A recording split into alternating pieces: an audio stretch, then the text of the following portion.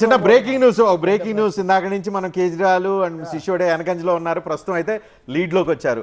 2 గంటల counting start అయిన 2 గంటల తర్వాత వాళ్ళు ప్రస్తుతం కేజ్రీవాల్ అండ్ మనీష్ సిసోడియా ఇద్దరు లీడ్ లోకి వచ్చిన పరిస్థితి కనిపిస్తుంది. కాకపోతే ఓవరాల్ టాలీలో మాత్రం వాళ్ళు ఇంకా వెనకంజలోనే ఉన్న పరిస్థితి కనిపిస్తుంది. బీజేపీ 49 దగ్గర లీడింగ్ లో మనకి కనిపిస్తుంది. సెకండ్ రౌండ్ కంప్లీట్ అవుతున్న పరిస్థితి మనకి కనిపిస్తుంది.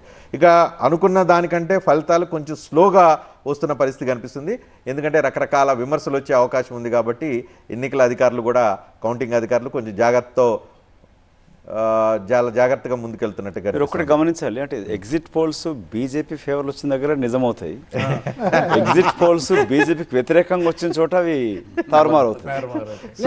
మొన్న ఎన్నికల్లో హర్యానా కాంగ్రెస్ గెలుస్తుంది అన్ని ఎగ్జిట్ పోల్స్ చెప్పినాయి. 9 out of 10 కాంగ్రెస్ గెలుస్తుందని చెప్పింది, కానీ ఇక్కడ బీజేపీ వచ్చేస్తుంది. సో ఎలక్షన్ కమిషన్ డేటా చూద్దాం.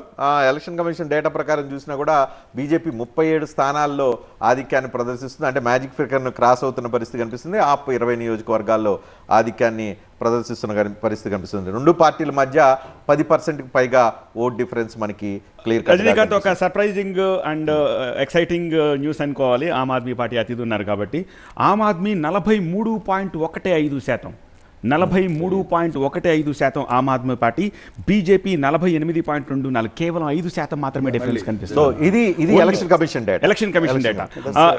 In which Congress 6.52%. So Congress 6.52 plus Aam Aadmi 43.15 కలిపితే ఆల్మోస్ట్ 50. జిలేబీ లడ్డూలు దాచిపెట్టాల్సిన పరిస్థితి ఏమైనా ఉంటుందా? అది జీవీఎల్ గారు చెప్పాలి. ఇప్పుడు జీవీఎల్ బ్రేక్ చేయడానికి వెళ్ళినట్టున్నారు. ఓకే.